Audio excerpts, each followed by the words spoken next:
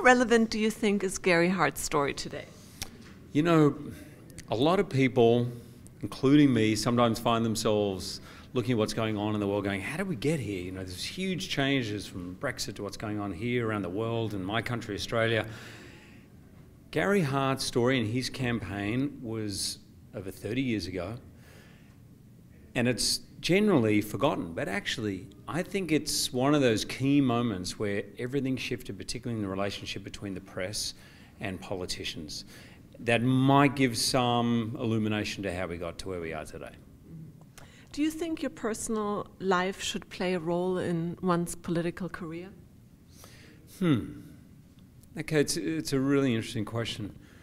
The most important thing for me from a potential leader is what they plan to do with the country, how they plan to lead the country. But within that, as a voter, I want to know what kind of person they are so I can make an assessment as to whether they're going to carry through with what, are they the kind of person who can actually execute what they say they can. So what that is for different people, what that measure of character is very different. So for me, what's most important, I just want to make sure why they think that, what they plan to do, and can they execute it. As a celebrity, people are constantly trying to find out personal stuff about you, even some dirt. Yeah. How do you handle that? Just ask me, I'll tell you everything. It's terrible. I'm like an open book. Just if you want to know anything about me, just ask me. You know, if you're a politician, every person on the planet is trying to find some dirt, right? It's a common thing, like people say, oh, I can never run for politics because I'll find out about this or that. You know, as an actor, yes, there is an engagement with the public. Yes, there is some interest in who you are as a person behind the camera, or off screen or off stage, but you can open that window as much as you want or as little as you want, you know? And that may have an effect on your career, but that's a choice you can make. As a politician, there's no choice. What did you learn about Gary Hart that surprised you?